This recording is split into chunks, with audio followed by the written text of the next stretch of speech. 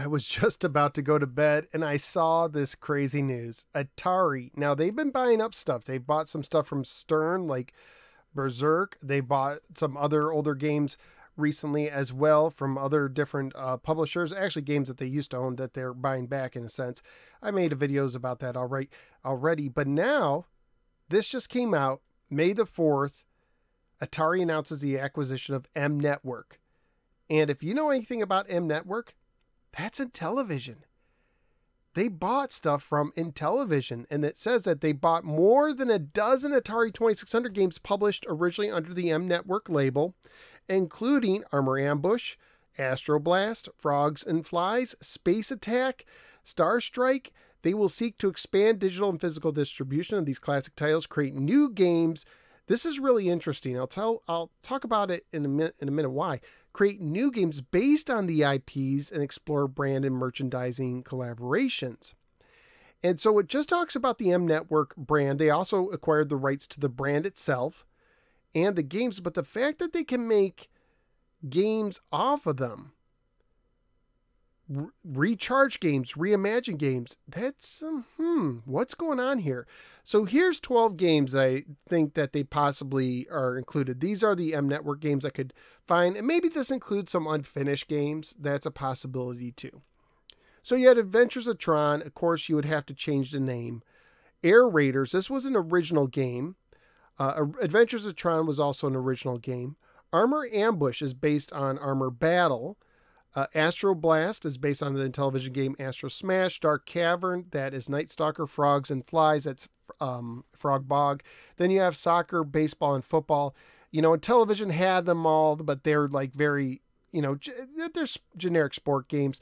Space Attack, which I believe was Space Battle. Star Strike, same name. And Tron Deadly Discs, which you would have to change the name of.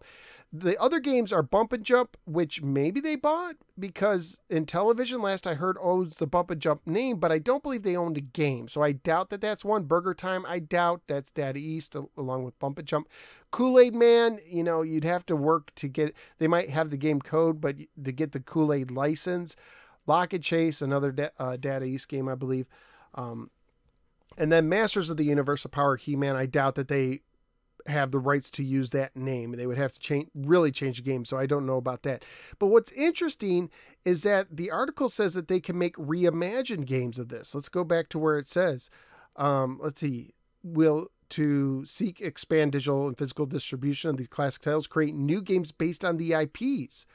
So what deal did they make with Intellivision that they can make, like, how much? So like a game like Star Strike, or Astro Blast, which is based on Astro Smash.